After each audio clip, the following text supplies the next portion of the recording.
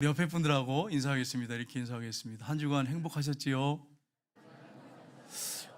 너무 좀 부담스러워하는 기분입니다.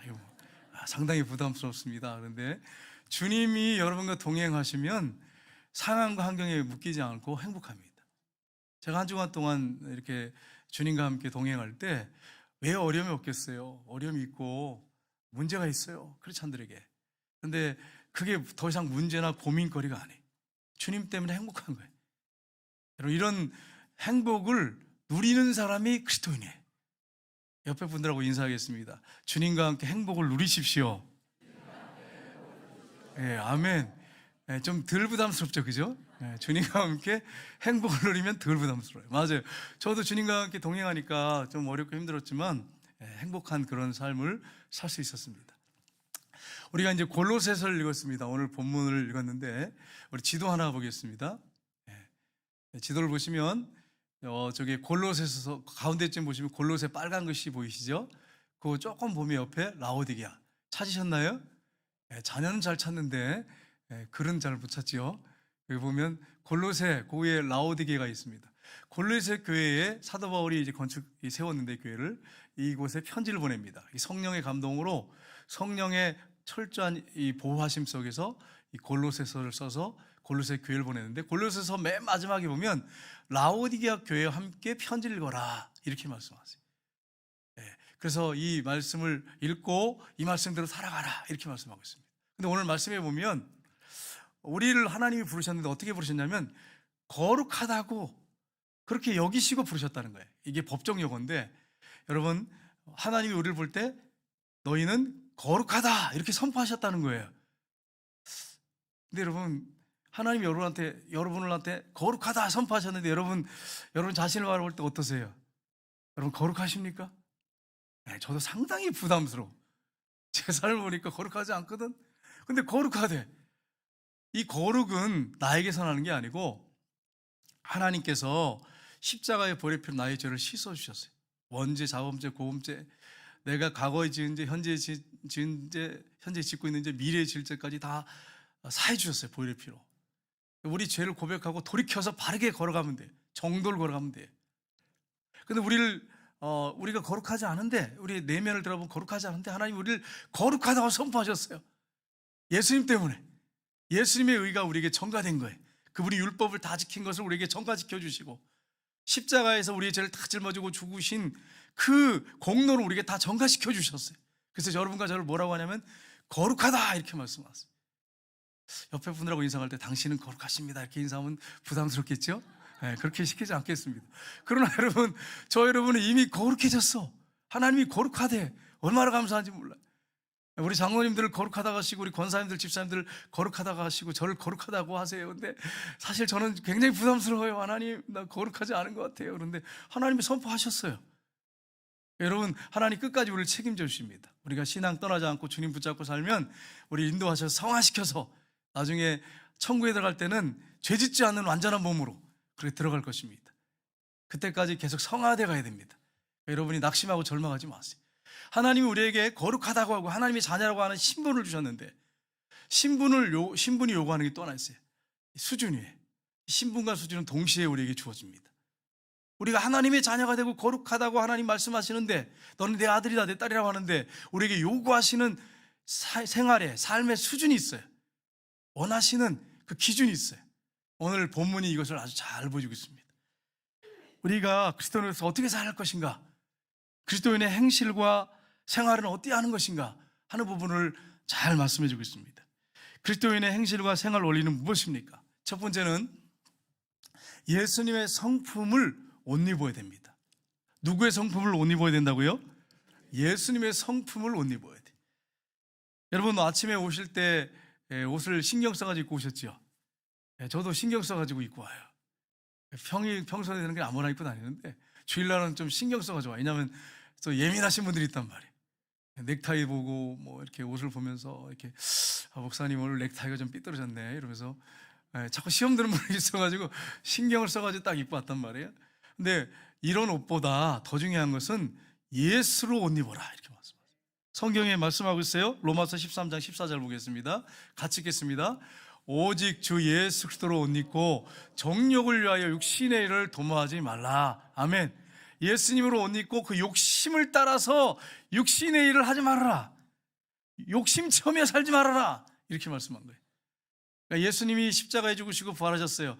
영으로서 우리가 모셔드리면 그분이 주인으로 들어서 하시는데, 그분의 인도 따라 사는 것이, 예수님을 닮아가는 것이 예수로 옷 입은 거예요. 이게 그리스도인의 삶이에요. 그래서 오늘 본문에 12절에 이렇게 말씀하고 있습니다. 같이 읽겠습니다. 12절 말씀.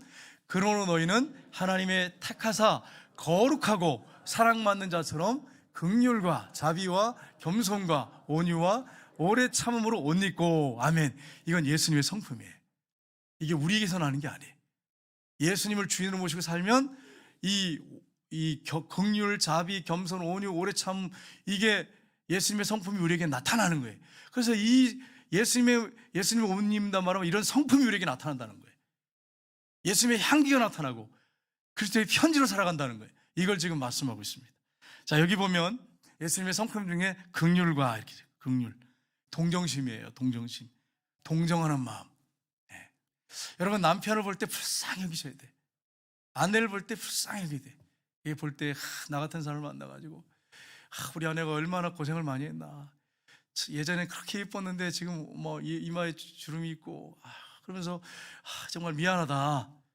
우리 남편 진짜 멋있고 근사했는데, 제 참 옛날에 멋있고 근사했어요. 여러분, 날씬했어요. 근데 지금 이제 좀 살이 쪄가지고 좀 부담스럽지만, 어떨 때는 그때는 정말 날씬해가지고 보는 마다 전도사님, 부목사 때도 목사님 좀 살 좀 찌세요 맨날 그랬어요. 요즘에는 반대가 돼가지고 이제 걱정스럽지만, 그때는 정말 날씬했어요.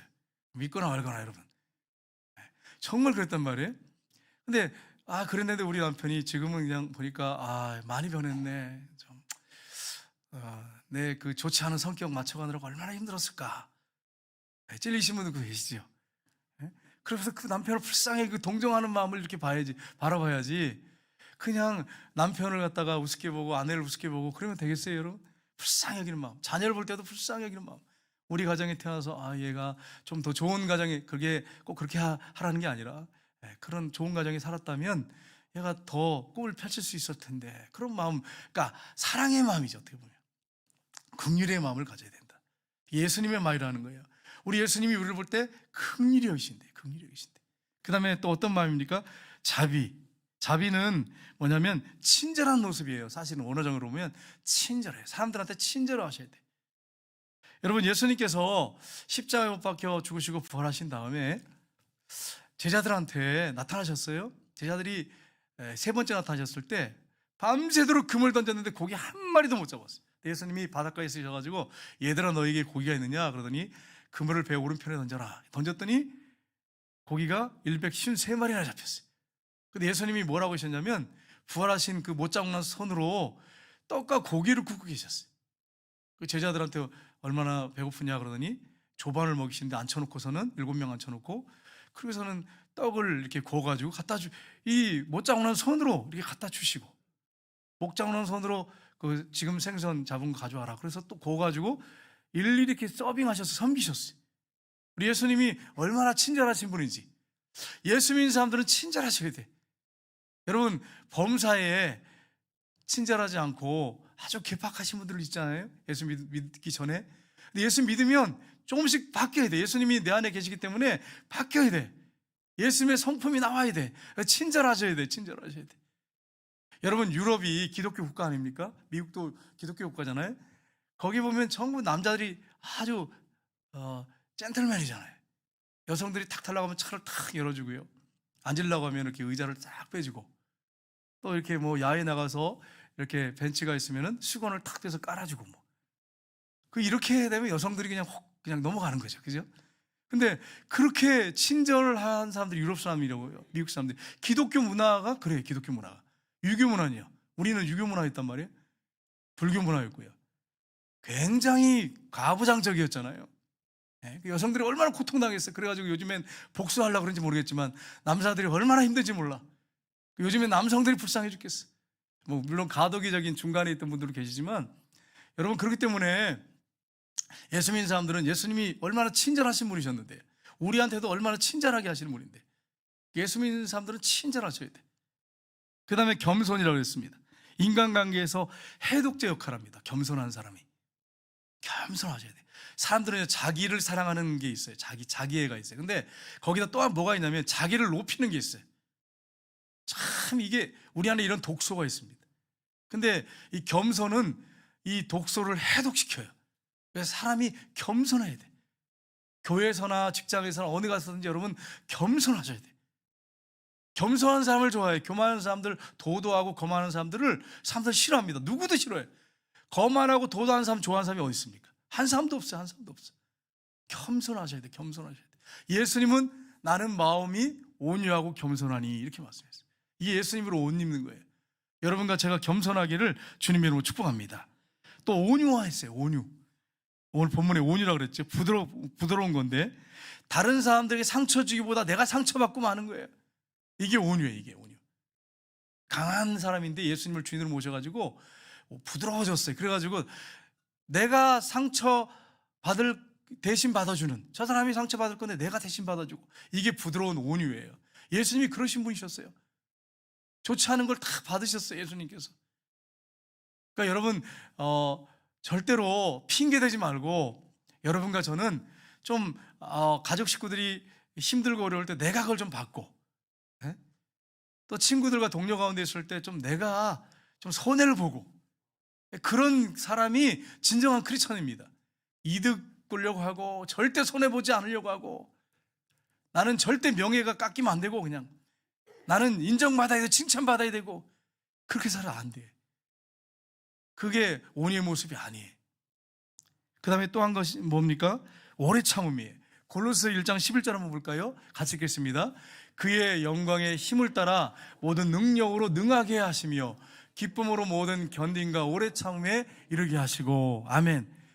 여러분, 오래 참는 거, 이게 예수님의 성품입니다. 예수님 오래 참으세요. 우리 하나님은 오래 참으셔서 아무도 멸망하지 않기를 원하신다고 성경에 기록되어 있습니다.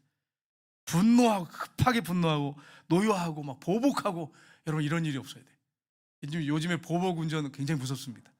제가 얼마 전에 유튜브를 보니까 어떤 사람이 끼어들이기를 한 2번 했던 것 같아요. 화가 나니까 그 앞에 차를 탁 멈추고서는 야구 방망이를 들고 나왔어요. 그게 유튜브에 찍혔어. 야, 이거 보복 운전 얼마나 무섭습니까? 여러분 요즘 보면 젊은 사람들이 못 참아. 못 참아. 예수 믿는 사람들은 오래 참으셔야 돼. 여러분 우리 교회 이제 섬기다가 미국에 가 있는 나온 집사님, 그분이 이제 아들의 이름을 줬어요. 뭐라고 줬죠? 나온유. 온유가 이제 자기소개할 때 나는 온유한 사람입니다. 뭐 이렇게 얼마나 좋아요, 그렇죠? 근데 제가 집사님한테 물어봤어요. 집사님은 온유를 어떻게 키우세요? 이렇게 그때 물어봤어요. 가기 전에. 그랬더니 목사님, 저는 온유를 분노하게 하지 않으려고 합니다. 성경에 그렇게 되어 있어요. 오래 참아야 돼. 아들, 딸을 위해서 오래 참으셔야 돼. 자녀를 자꾸 화나게 만들고 격동시키고 그러면 결국 이 아이가 성격 다 버리죠. 삐뚤어나가게 돼 있어요. 자녀를 분노케 하지 마세요. 이제 우리가 어린이주일 맞이했는데 예수님의 성품을 우리가 가져서 자녀를 노엽게 하지 말고, 그분이 하는 말이 주의 교훈과 훈계로 양육합니다. 그러니까 주님의 말씀을 따라서 양육합니다. 이렇게 얘기를 하더라고요. 여러분, 자녀를 노엽게 하는 거 하나님 기뻐하지 않습니다. 어린이날 맞이해서 우리가 자녀들한테 줄 수 있는 최고의 선물은 부부가 사이좋게 사는 거예요. 이게 최고의 선물이에요. 예수님의 성품이 부부 가운데 나오는 것이 자녀에게 최고의 선물이에요. 자녀가 예수님을 구주로 영접하고 그 자녀에게서 예수님의 모습이 나오는, 예수님으로 옷 입는 자녀, 그 최고의 자녀가 되는 거죠.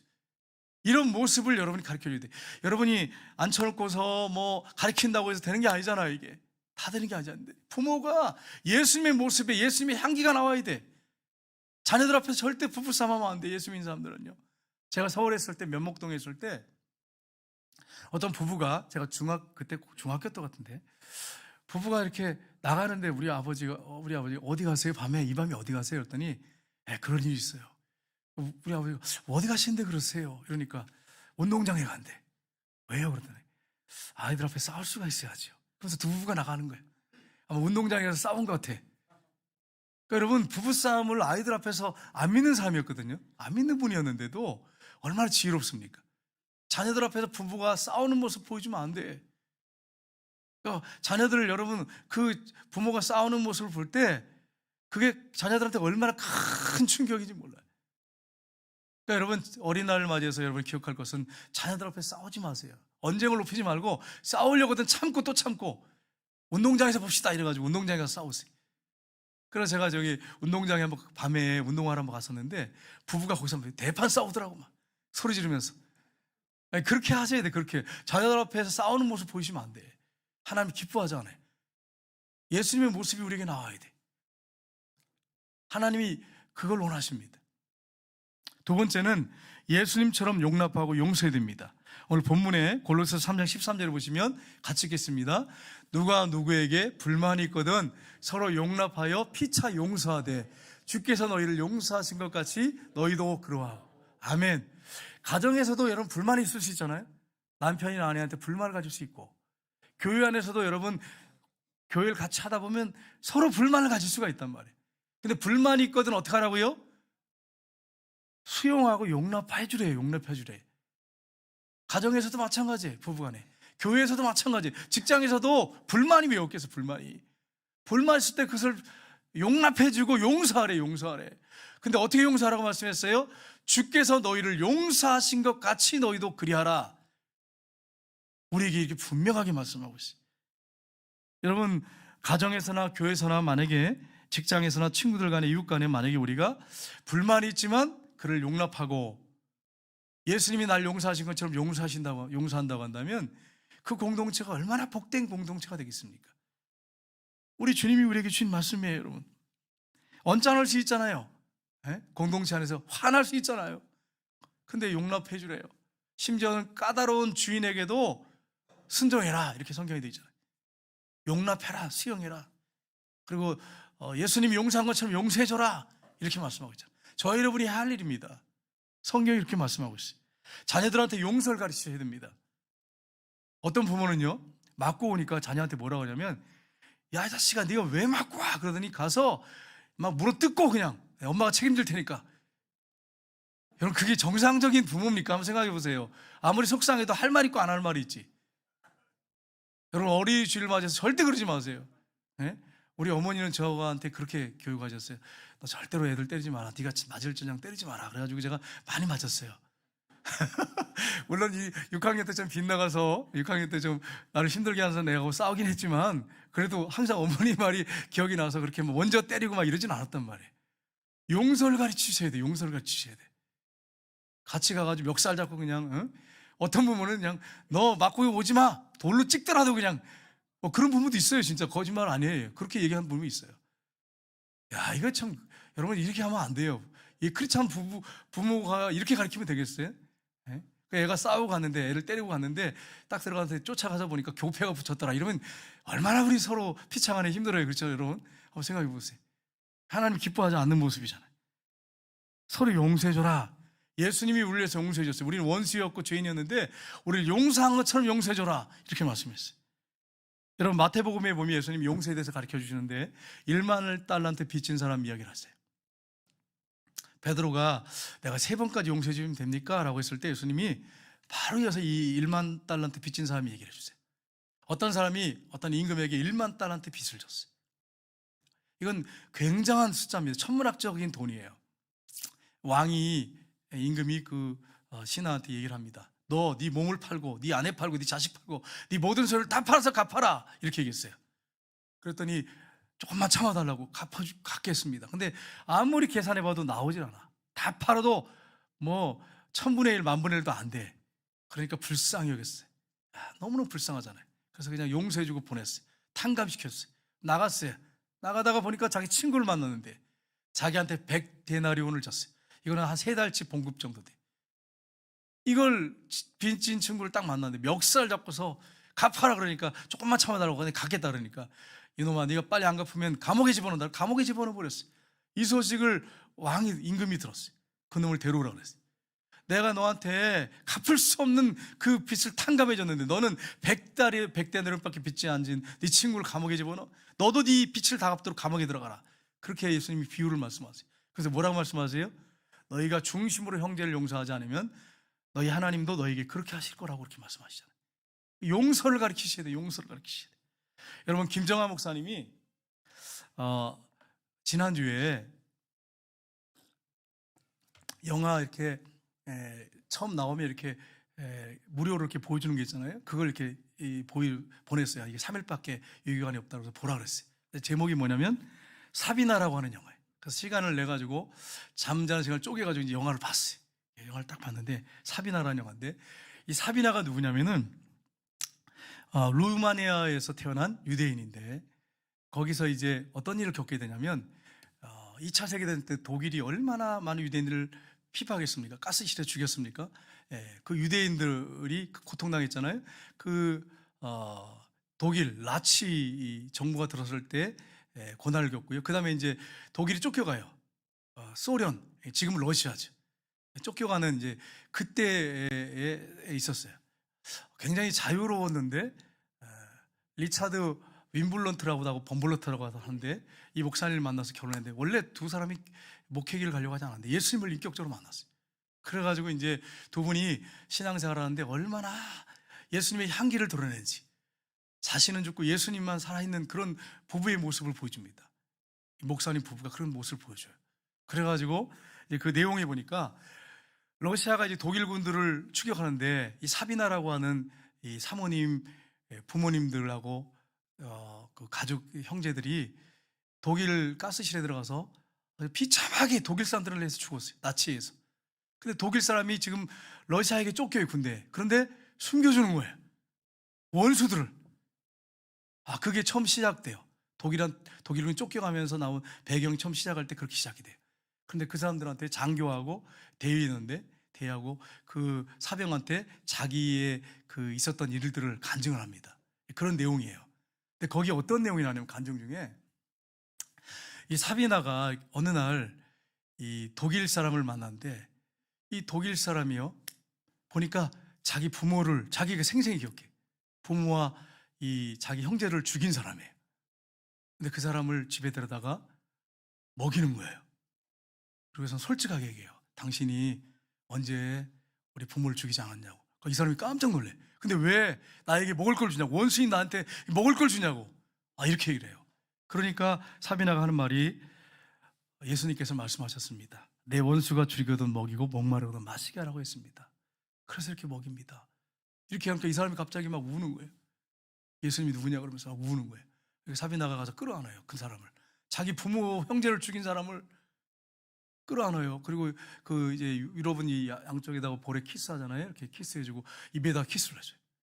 이 사람이 그 군번을 딱, 우리나라 이제 군인들이 하는 군번 있잖아요. 이걸 딱 떼어가지고 줘요. 생명 같은 거죠. 딱 줘요.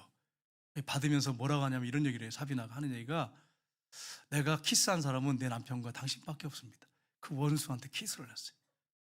먹을 걸 주고 마실 걸 주고 대접을 잘해요. 그렇게 울어요. 울면서 진정한 그리스도인이 됐어요. 용서는 사람을 변화시킵니다. 여러분, 자녀들한테 용서를 가르치셔야 돼. 그냥 야망만 키우면 안 돼. 너 열심히 공부해야 된다. 노력해가지고 좋은 대학 가야 된다. 그래서 출세해야 된다. 스펙 쌓고 자격증 많이 쌓고 성공해라. 그 다음에 뭐예요? 그 다음에 이제 뭐 결혼 잘해야 된다. 그 다음에는요, 성공해가지고 돈 많이 벌어라. 그 다음에는 나이 먹어서 노년 준비하다가 죽어서 무덤에 들어가는 것밖에 더 있어요? 그렇게 할 게 아니에요. 너는 주님의 비전을 가져야 된다. 세상적인 나만 갖지 말고 주님의 비전을 가져야 된다. 여러분, 요엘서 2장 28절 29절에 뭐라고 말씀했습니까? 말세에 내 영을 내가 쏟아부어 주겠는데 너희 자녀들은 예언할 것이요 너희 청년들은 환상을 보고 너희 아비들은 꿈을 꾸리라. 이건 비전입니다. 성령이 임하면 비전이 임해요. 하나님이 주신 비전, 하나님이 주신 꿈, 이걸 가지고 살도록 하셔야 돼. 근데 여러분, 좋은 대학 가고 여러분 출세하고, 이거는 안 믿는 사람도 똑같이 하는 얘기잖아요. 안 믿는 사람들 그렇게 얘기하잖아요. 근데 믿는 사람들까지 합세해가지고 그렇게 할 이유가 뭐 있어요? 야망을 갖다 막 키워가지고 너 성공해라 막 띄워가지고, 그게 성경적이란 말이에요. 아니에요. 하나님께 영광 돌려라. 하나님 비전을 가지고 하나님께 영광 돌리고 다른 사람한테 유익되게 살아라. 공부해서 남 줘라. 너 잘 먹고 너 잘 사는 그런 삶을 살면 안 된다. 그리스도인은 공부해서 남 줘야 된다. 이렇게 가르쳐야 돼. 이게 그리스도인의 바른 자녀 교육입니다. 어린이집을 맞이해서 여러분, 공부해서 남줘라 이렇게 가르치시기 바랍니다. 그러면 여러분 다른 사람들을 복되게 하고 축복의 통로로 쓰임받으면 여러분 자녀가 잘 되는 거예요. 성경에 그렇게 말씀했잖아요. 주라고. 주면 흔들어 대어서 넘치도록 안겨주겠다고. 다른 사람들을 복되게 하는 사람은 그 사람을 하나님 더 축복하시는 거예요. 더 형통케 하시는 거예요. 이런 사실을 알고 여러분 어린이 주일을 맞이해서 자녀들에게 주님의 꿈을 심어주고 주님의 비전을 심어주고 바른 가치관을 심어줘야 돼요. 성경적인 가치관. 우리가 해야 할 일이 바로 이것입니다. 세 번째는 예수님의 사랑을 더해야 됩니다. 골로새 3장 14절 한번 볼까요? 같이 읽겠습니다. 이 모든 것 위에 사랑을 더하라. 이는 온전하게 매는 띠니라. 아멘. 우리 사진을 하나 볼까요? 예, 얼마나 보기 좋습니까? 예, 가난하게 살지만 가족이 아름답게 보이지 않습니까? 볕단을 이렇게 묶어놓고 쌓아놨어요. 그 다음 한번 볼까요? 예, 여러분 볕단을 이렇게 묶어놨죠? 보이시죠? 사랑의 띠로 이렇게 띠라는 거예요. 사랑의 띠로. 오늘 본문이 그렇게 말씀하고 있어요. 서로 온전하게 묶는 띠다. 사랑이. 사랑하면 공동체를 하나로 묶습니다. 우리가 교회에서 서로 사랑하면 공동체가 하나 돼. 가정에서도 남편과 아내가 사랑하면 가정을 하나로 묶어요. 사랑은 이게 하나로 묶는 강력한 힘이 있습니다. 성령이 하나 되게 하신 것을 힘써 지켜라. 성경은 그렇게 말씀하고 있어요. 사랑할 때 하나 됩니다. 공동체가. 성경은 이렇게 말씀하고 있어요. 빌립보서 2장 2절 3절 보겠습니다. 마음을 같이하여 같은 사랑을 가지고 뜻을 합하여 한 마음을 품어 아무 일이든지 다툼이나 허영으로 하지 말고 오직 겸손한 마음으로 각각 자기보다 남을 낫게 여기고. 아멘. 사랑으로 섬기는데 아무 일이든지 다툼이나 허용하지 마라. 근데 그 전에 뭐라고 말씀했어요? 마음을 같이 해서 같은 사랑을 가지고 뜻을 합하여 한 마음으로. 사랑할 때 이게 이루어져요. 사랑할 때. 가정에서도 사랑할 때 이게 이루어져요. 하나님이 원하시는 것입니다. 로마서 5장 5절 하반절 보겠습니다. 같이 읽겠습니다. 우리에게 주신 성령으로 말미암아 하나님의 사랑이 우리 마음에 부음받음이니. 아멘. 우리가 기도할 때 성령 충만할 때 이 사랑을 하나님 부어주셔가지고 하나 되게 만들어요. 교회가 하나 되어야 됩니다.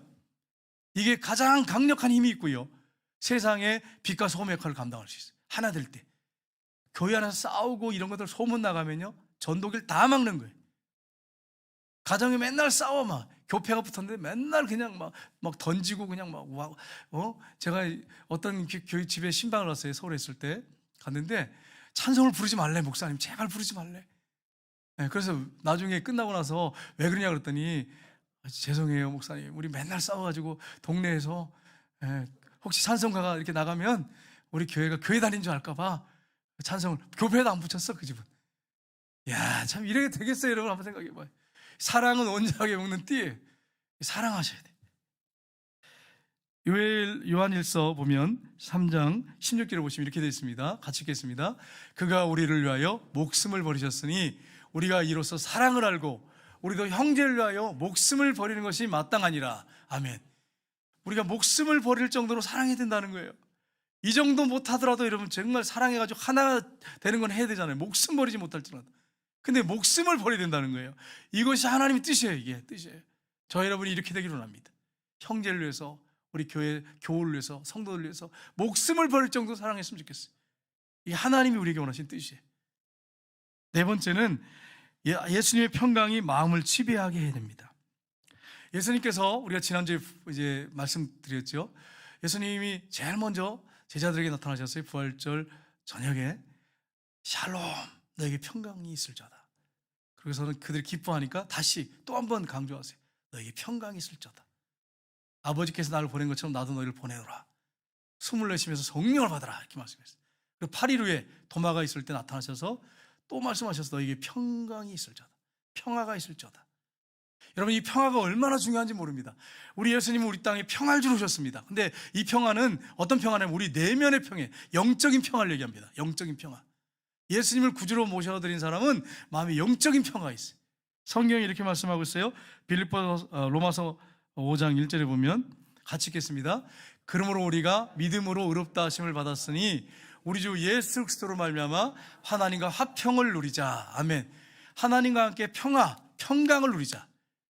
예수님이 십자가에 죽으시고 부활하심으로 말미암아 하나님과 우리 사이에 화평이 이루어졌어요. 그래서 예수님을 구주로 영접하면 마음에 평화가 있어요. 제가 용서받다는 확신이 있어요. 하나님이 나를 사랑하신다고 하는 그런 확신이 있어요. 그러다 보니까 마음에 뭐가 생기냐면 평화가 생겨요. 이것이 계속 우리 안에 자리 잡고 있어요. 환경과 상황 가운데서 자리 잡고 있어요. 그런데 때로는 인간이기 때문에, 연약하기 때문에 어떤 큰 문제가 터지고 어려움이 생기면 이 평화가 잠깐 사라질 수가 있어요. 그때 어떻게 해야 되느냐? 염려, 근심이 생길 때 어떻게 해야 되느냐? 분명히 말씀하셨어요. 빌립보서 4장 6절 7절 보시면 같이 읽겠습니다. 아무것도 염려하지 말고 다만 모든 일에 기도와 간구로 너희 구할 것을 감사함으로 하나님께 아뢰라. 그리하면 모든 지각에 뛰어난 하나님의 평강이 그리스도 예수 안에서 너희 마음과 생각을 지키시리라. 아멘. 예수님을 주인으로 모셔드릴 때 우리 안에 평강이 생기는데 문제가 있어요. 우리 안에 어려움도 있어요. 이번 한 주간 여러분 어렵고 고통 가운데 사시다 오신 분 계셨을 거예요. 어떤 분은 정말 죽고 싶은 마음도 있었을지 모르겠어요. 산더미 같은 그 문제 앞에서 쩔쩔매고 두려워할 수도 있었어요. 근데 여러분 뭐라고 말씀하세요? 아무것도 염려하지 말라고. 하나님 앞에 기도하라고. 그러면 마음과 생각과 마음을 평강으로 하나님 지켜주신대. 그렇게 평강이 임하면 문제가 해결되는 거예요. 어제 저녁에 한 권사님이 젊을 때 부부가 그 가정에 있었던 기적을 간증하셨어요. 이제 겨울에 이렇게 차가 달리는데 빙판이에요, 빙판. 근데 살짝 눈이 덮였어요. 차가 브레이크를 밟으니까 돌았겠죠. 막 도니까 이 권사님이 주여 주여 막 이렇게 했대요. 주여 주여. 믿음이 대단하지. 여러분도 주님을 찾으셔야 돼. 막 돌다 그리고 주여 주여 하는데 이게 논으로 떨어졌대요. 떨어졌는데 돌다가 떨어졌는데 차가 그대로 이렇게 떨어졌대. 그래가지고 이 논 위에 이렇게 그 니아까 이렇게 올리는 그 이렇게 비스듬하게 이렇게 해놓은 데 있잖아요. 그렇게 타고 올라오셨대. 나와서 보니까 차가 아무 부서진 데도 없더래. 주여 주여 할 때, 주님을 찾을 때 주님이 그렇게 차를 지켜주신 거예요. 여러분 우리의 마음과 생각을 지켜주시고 보호해 주신단 말이에요. 기도가.